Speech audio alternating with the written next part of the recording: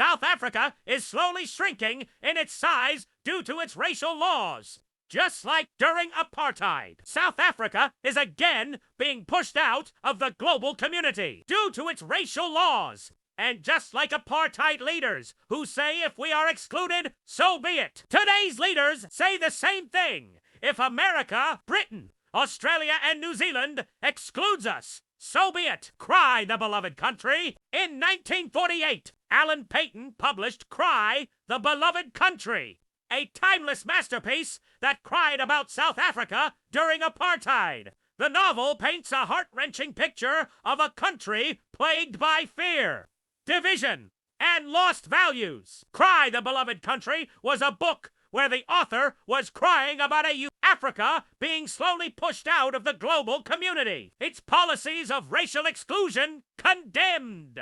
Boycotts, sanctions. The same thing is happening today. The cost of racial injustice was not just moral. It was economic, diplomatic, and spiritual. And now, decades after apartheid, we find ourselves saying it again.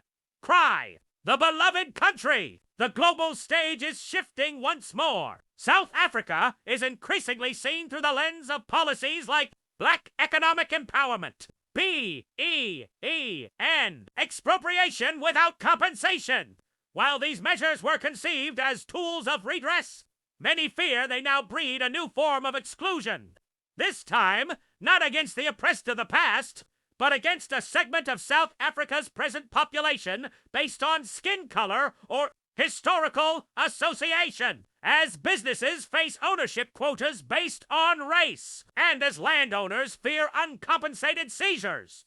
Investors grow wary, skilled professionals emigrate. The nation, again, risks international isolation, not through apartheid, but through policies perceived as racially motivated in reverse. This is not to equate the injustices of apartheid with today's complexities, but to heed a warning.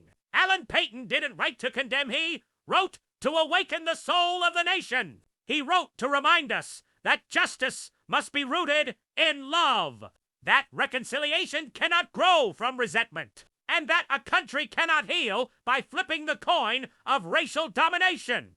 If we are to honor Paton's legacy, then we must look honestly at the direction we are heading. Policies must uplift without alienating, heal without hurting others, and redress without revenge.